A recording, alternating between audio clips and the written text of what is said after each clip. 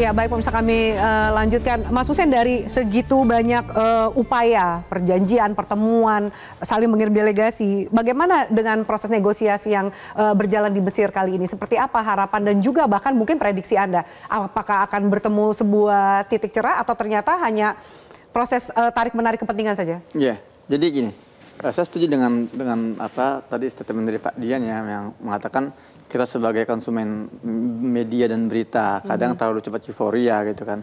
Namun perlu diketahui di Gaza ini peperangan tuh ada dua. Satu peperangan antara pasukan bersenjata dan peperangan dari negosiasi.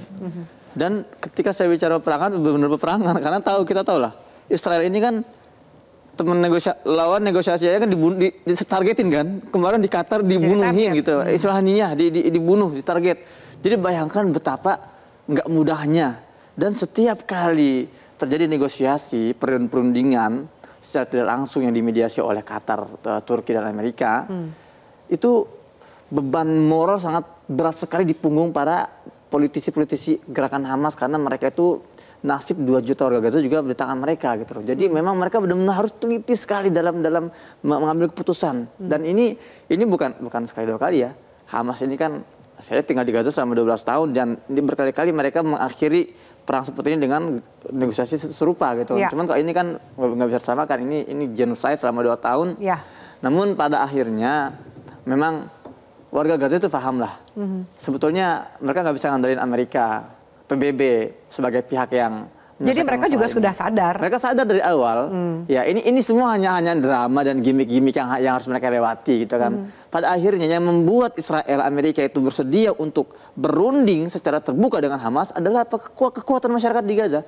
Kalau Gaza nggak punya bargaining, nggak punya sandera, nggak punya kekuatan dan pertahanan sekuat 2 tahun ini, mana mau Amerika berunding dengan Hamas, ormas sekecil itu kan. Ya. Jadi sebetulnya kalaupun nanti terjadi dan tercapai kesepakatan, kredit terbesar yang harus kita fokuskan bukan ke Trump ini. Jangan sampai kita salah mengarahkan kredit nih.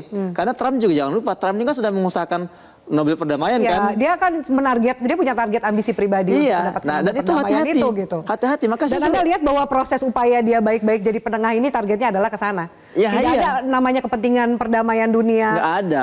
Makanya saya selalu katakan pengakuan Perancis, pengakuan Spanyol kepada Palestina, kreditnya jangan ditujukan ke mereka, tapi ke warga Gaza yang bertahan sampai membuat dengan negara ini akhirnya nggak tahan, dan akhirnya mereka terpaksa loncat dari kapal yang mau karam lanjut ke kapal yang mau berlabuh, termasuk kami. Saya selalu katakan kami ini yang ikut dalam Global Southern Flotilla. Yang ikut itu Mbak, itu banyak mengorbankan pekerjaannya, banyak mengorbankan waktunya, ditinggal semua. Tapi ingat, bukan kita kreditnya. Ya. Kita bukan pahlawan dalam hal ini. Nggak perlu dilulukan, nggak perlu seremonial.